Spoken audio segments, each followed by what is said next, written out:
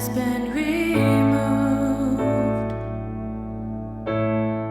You are my sanctuary, my upper room, so I'll linger here with you. My dwelling place, where I am safe, my refuge from the storm. Open my heart to hear your heart, to love you more and more. I won't move. I'll linger here with you.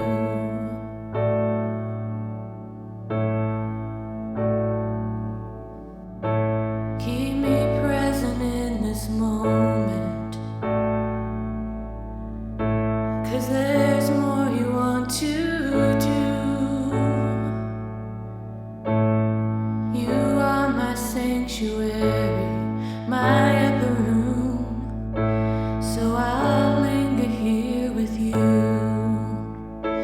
My dwelling place, where I am safe, my refuge from the storm. Open my heart to hear your heart, to love you more and more. I won't move. I'll linger here with you.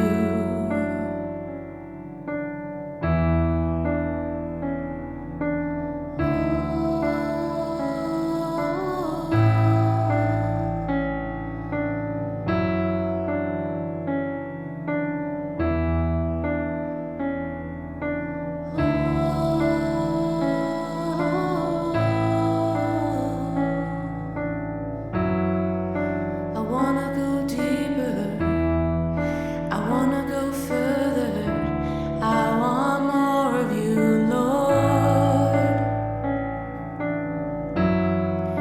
I wanna go deeper, I wanna go further than I've ever been before.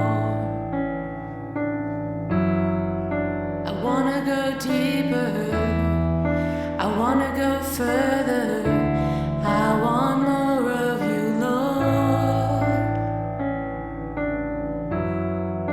I wanna go deeper, I wanna go further than I've ever been before.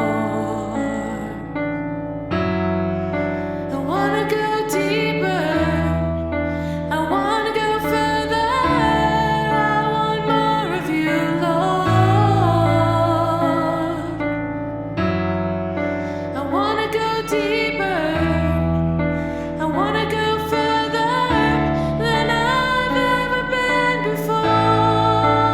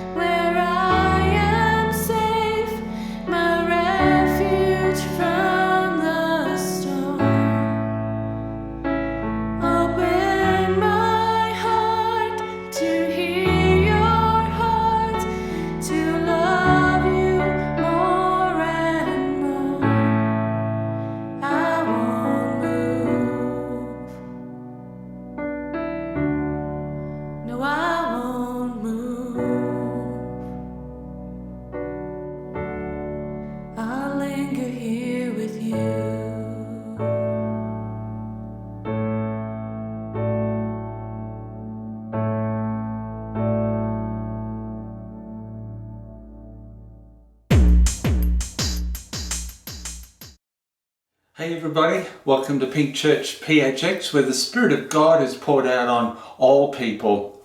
Let me wish you all a very happy new year from George and I.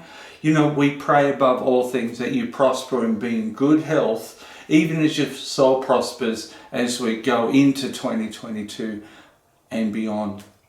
Being the first Sunday of the year, I just want to take a moment to share with you the vision that I have for Pink Church in this new year. First off, let me say this, it's a plain and simple vision. I do believe that in Habakkuk in chapter 2 verse 2 he wrote, write the vision and make it plain. Make it plain. And the reason he wanted to make it plain was so that everybody who reads it can run with it. Everybody who reads it looks at it and goes, yeah, I understand that, I get it, I can actually participate and be involved in that. And so I want you to know that the vision for 2022 is not hidden deep in metaphor, and it's not couched in super spiritual language where you wonder, what on earth is that all about? No, it's plain and simple. And by plain and simple, I mean real and very practical. It's a threefold vision. Okay, so there I use a little bit of churchianity. I'm sorry about that. I got this understanding when I was looking again at the story of Joshua going into the tent meeting after Moses had left. Moses had been in there worshipping the Lord and spending time in the presence of God, and we know elsewhere we're told about this heaviness of the weight of glory. We're told about the pillar of cloud and the pillar of fire that represented the presence of God, and that Moses had been in there and left, and Joshua went in and lingered in the presence of God there in the tent of meeting. There were three things that I got from this. So that's hence the threefold vision. It's about worship, it was about service, and it was about growth. So let me just break those down a little bit more for you. Let's look at worship. Joshua went into the tent of meeting with the primary purpose of worshipping the Lord. He wanted to be in the presence of God. Look, Joshua already had seen the wonders of God. He'd seen the deliverance of the Israelites from Egypt. He'd seen God lead them through the Red Sea and around the wilderness. He'd seen that the presence of God was on the mountain, and seen Moses come down with the mountains with the tablets of stone with the law written on them. He'd seen all of these miracles of provision and what have you. He was a constant witness to the goodness of God, to God's people while they were in the land of the living. And so he'd seen the wonders of God. The second thing about Joshua was that he had already taken leadership classes from Moses. He'd been watching Moses, he'd been having dialogue with him, he'd been seeing the example and participating in leadership in that way. So he pretty much had leadership skills down on a practical basis pretty well up to this point. The other thing that I like about Joshua is that he had mad skills as a warrior. He was able to see a situation of conflict and had some discernment about what needed to be doing in those situations. So he was already able to fight well. He had the practical skills of a warrior down. What Joshua noticed about himself, though, is that he needed the presence of God. That was the one thing that Moses clearly had, and now Joshua saw that he needed it too. So this first time we see him go into the tent of the meeting and soak and linger in the presence of God was a moment where we saw him leave the clamour of leadership and leave the clamour of ministry behind and just spend time there in the presence of the Lord. Habakkuk also later in chapter 2 wrote the phrase, let all the earth be silent before him. And Joshua was going into the presence of God where he was saying to himself, I will silence out the noise of the world. I will put that all aside. I can't hear that anymore. The earth is silent before the Lord while I spend this time in his presence. And so part of the vision for this year for Pink Church is that we continue to press into the presence of God in worship. We know that as we worship the Lord, He comes and dwells among us. And so we'll continue to have our worship times on Sunday mornings, 10:30 every Sunday morning. And Tiffany Martinez does an awesome job of leading us in their situation. She's been presenting worship that's clearly recorded, so there's none of this lots of background noise and all that sort of stuff. We've upped our game in terms of broadcasting worship music. The lyrics are there for us and the sound is simple and clear. And I love the worship, and I encourage you to continue to tune in on Sunday mornings and you'll hear Tiffany lead us in worship. The other thing that we're going to do in this new year is bring back something that we used to do, and that's meet on a fairly regular basis. It might be 4 times a year, okay, so that's regular, but it's for a specific worship event where we just simply linger, where we simply soak in the presence of God in worship, and knowing that He'll come and dwell among us, and knowing that He'll share with us things that He has for us. So worship. That's part 1. Part 2 of the vision is to serve others. How do you get service out of Joshua going to the tent of meeting? Well, here's the thing about it. Psalm 84 is one of my favourite psalms of all time. That and Psalm 91 and Psalm 139. Psalm 1. There you go. There's my top 4. So Psalm 84, the psalmist says this, that it's better to spend a day in the courts of the Lord than 1,000 outside. He's talking about going to the temple. It's better to spend a day in the temple. And then he says this, I'd rather be a doorkeeper in the house of God than be anywhere else. You know the doorkeeper, you know what a doorkeeper does? Opens the door for people and closes behind them. Opens the door for people, come on in, welcome. Come on in. They're the greeters. That role there is specifically to serve. And I believe that Pink Church will take on a doorkeeper role this year as we serve other people. That a doorkeeper has no other idea than they want to serve others in a very practical way.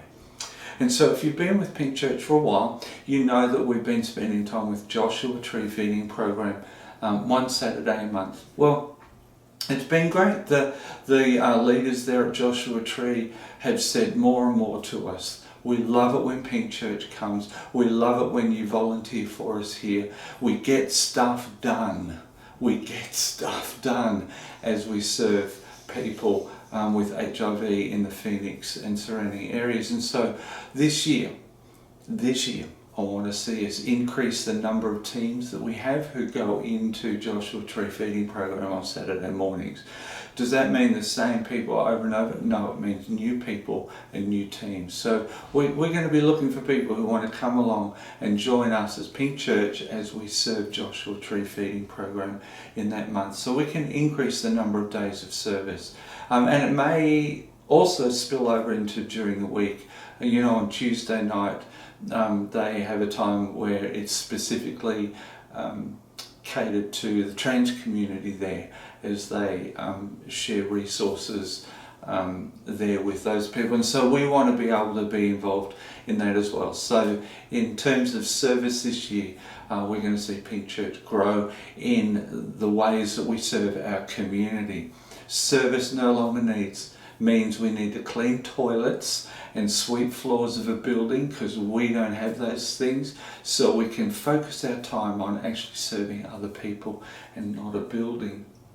The third area, so we've got worship and we've got service. The third area is growth. How do we measure church growth? Well, traditionally we've measured by counting how many people show up on Sunday mornings. We count how many new people there are and how many weeks they come before they become regular. We count how many salvations and or baptisms. We count baby dedications, all of those things. Well, we've stopped counting those things because they're merely numbers. Are numbers important to the Lord? Yes. Numbers are important to the Lord, but that's not how we're going to measure growth anymore. See, the thing about Joshua, that day when he went into the tent of the meeting place after Moses had left, he was saying, I'm taking responsibility for my own spiritual growth. I'm taking responsibility for my own relationship with the Lord. I'm taking responsibility that I know the Lord, that I spend time in His presence, and that I come to understand what it is He has for me. Up until that point in time, he pretty much relied on Moses for his spiritual growth and leadership. You know, at Pink Church, I want to take this year where we focus on growing and taking on our personal responsibility for our own growth, and that means studying the Bible. I remember my dad gave me a card where he'd handwritten out 2 Timothy 2:15, where it talks about study to show yourself approved unto God, a worker who does not need to be ashamed, and somebody who rightly divides the word of truth. And so a couple of times a month, there are going to be some of us getting together in people's homes where we just study the word together.